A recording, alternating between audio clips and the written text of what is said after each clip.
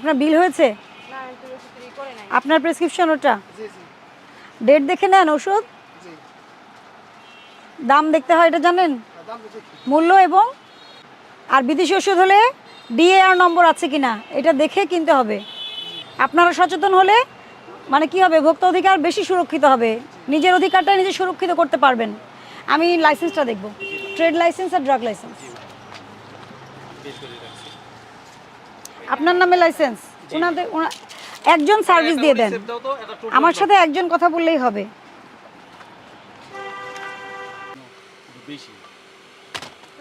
জাতীয় ভোক্তা অধিকার সংরক্ষণ অধিদপ্তর কী কী নিয়ে কাজ করে? পণ্য, খাদ্যপণ্য, ঔষধ, সেবা, 10টি সুনির্দিষ্ট সেবা, ঠিক আছে?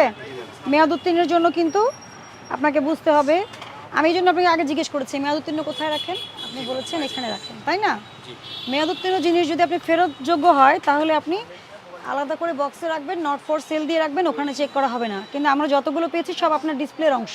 আজকে এত কর্মচারী শোনেন, 2 জন করে করে শিফট করে করে চেক করাবেন, এগুলো তো আমাদের শেখানোর বিষয় না, এগুলো আপনাদেরই নিজে থেকে জানার বিষয়, ঠিক আছে? সতর্ক হবেন ভবিষ্যতের জন্য।